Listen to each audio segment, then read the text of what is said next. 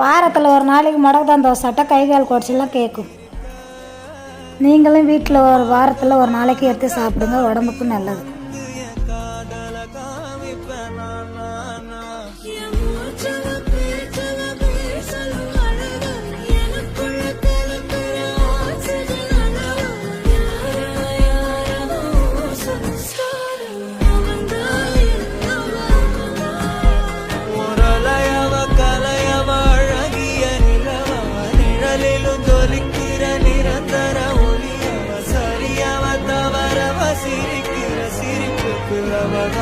காரணமா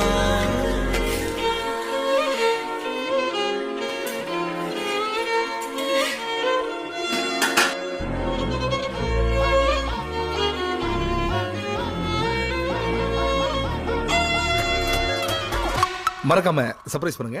தேங்க்யூ.